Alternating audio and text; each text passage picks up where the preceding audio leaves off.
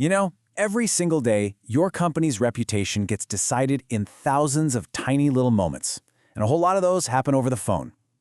A great call, that can create a customer for life. But a bad one? Well, we've all been on the receiving end of those, right? Today, we're going to break down how to turn every single one of those calls into a huge win. Let's jump in. So here's how we're going to tackle this. We're basically going to follow the natural life of a customer call. First, we'll talk about why the stakes are so high. Then, we'll get into how to nail that crucial first impression. After that, we dive into the real heart of it, making a genuine connection. Before we get into the nitty-gritty of call procedures. And finally, we'll learn how to wrap it all up to leave the customer feeling great. So let's start with the big question. Why does one little phone call matter so much? Well, because every single time that phone rings, it's not just a customer, it's a test. It's a moment of truth for your entire brand. And as you're about to see, the stakes are way higher than you probably think. Okay, just look at this. This is what we call the perception gap, and it is absolutely staggering. A whopping 80% of companies think they're delivering amazing service.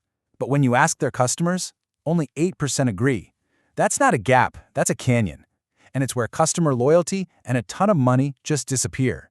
And if that wasn't scary enough, here's how one bad call can spread like wildfire. Check out this number. One single unhappy customer doesn't just hang up and forget. Nope, they tell, on average, 16 other people about their bad experience. Think about that. One negative moment can poison the well for over a dozen potential future customers. This is exactly why getting every call right isn't just a nice-to-have, it's absolutely critical. Okay, so the stakes are crystal clear. How do we start winning from the very first ring? Well, it all comes down to that first impression. You really only get one shot at this, so you gotta make it count. I love this quote because it just nails it. You can't see a smile over the phone, right? But you can 100% hear it. Our brains are amazing at picking up tiny changes in tone, so when you smile, your voice naturally gets a little warmer, a little higher. It sends a positive signal before you even finish saying hello. Your tone isn't just noise, it sets the entire mood for the conversation. So here it is, the 4-step recipe for a perfect opening. Number 1, answer fast, within 3 rings. It shows you're on the ball. 2, kick it off with a positive greeting, something simple and warm. 3, say who you are and where you're calling from. No confusion. And 4, ask for their name. It makes the whole thing personal right away. It's so simple, but it immediately tells the customer they're respected and in good hands. All right, you've nailed the opening. Now we get to the real heart of the call, making a genuine human connection. This is where you move past the script and become a real person who's there to help. And the single most powerful tool you have for this is empathy. Now, let's be clear, empathy is not the same as sympathy. Sympathy is feeling sorry for someone. Empathy is about feeling with them.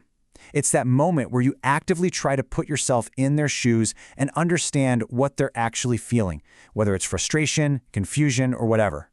And this is a really, really important distinction to make. Empathy is about validating someone's feeling. An apology is about taking the blame for a mistake. So let's say a customer's package is delayed by a snowstorm. You don't have to apologize for the weather, but you can and should say, "Wow, I can only imagine how frustrating it is to be waiting for this." See? You're showing empathy for their situation without admitting any fault. It's a game-changing skill. And here's a super simple framework you can use for this. It's called the AER method. First, you acknowledge their feeling. I can definitely hear how frustrating this is. Then, you empathize. I would be upset too in this situation. And finally, you reassure. But don't worry, I'm going to do everything I can to get this sorted out for you. Acknowledge, empathize, reassure. AER. It's so simple and it works like magic. Okay, so how do you actually figure out what's going on?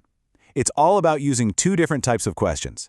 You start broad with open-ended questions. Think what, how, and can you tell me more about? This lets the customer tell their story. Then, once you have the big picture, you switch to closed-ended questions to nail down the specifics, like, so to confirm, the account number is. You're basically starting with a wide funnel and then narrowing it down to get the facts straight. All right, so you've made that connection. They feel heard. Now let's talk about the mechanics, the nuts and bolts of handling a call, like transfers and holds, that can either go really smoothly or make a customer want to tear their hair out. We have all been this person, right? You're stuck in that endless transfer loop, telling your story for the 3rd, 4th, or 5th time. It's more than just annoying. It makes you feel like you don't matter at all. And the craziest part? It is so easy to avoid. So here's the solution. It's called a warm transfer, and it's a total game changer. The steps are simple. First, ask permission to transfer them. Then, and this is the magic step, you briefly explain the situation to the next person before you connect the call. You're not just passing them off, you're handing them over to someone who's already up to speed. It's the difference between feeling dumped and feeling taken care of. Now, let's talk about one of the biggest pet peeves in customer service. Just hitting mute or putting someone on hold without asking first. It's the telephone equivalent of turning your back on someone while they're talking to you. It's just jarring and, honestly, kind of rude. So here's how you do it right. It all comes down to respect for their time. First, you ask them, "Do you mind if I place you on a brief hold?" And here's the key. You actually wait for them to say yes. Then, tell them how long you think it'll be, and if it's taking longer than, say, 2 minutes, you pop back on the line and check in.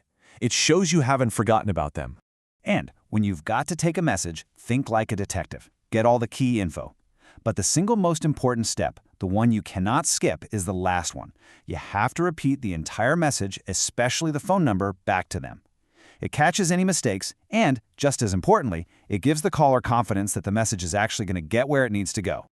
All right, we're on the home stretch of the call. And believe it or not, the way you end a call is just as important as how you start it. People tend to remember the beginning and the end of an experience the most, so this is your last chance to really lock in that positive feeling. And that final impression all comes down to one simple, unbreakable rule. If you say you're going to do something, you do it. Period. Every promise you make, whether it's "I'll call you back" or "I'll add a note to your file," is a contract. When you keep it, you build trust. When you break it, even on a small thing, that trust is shattered. This quote is such a powerful mindset shift. It's so easy to think of a ringing phone as an interruption to your real work, but this reframes everything. For anyone whose job involves talking to customers, that person on the other end of the line isn't an interruption. They are the work. They are the entire reason for your day. So we've walked through the whole life of a great customer call, from that first hello all the way to the final follow-through. Now it's over to you. I want you to think about this right now. What is the one single thing we talked about today that you can commit to changing on your very next call? Because that's how real improvement starts, one call at a time.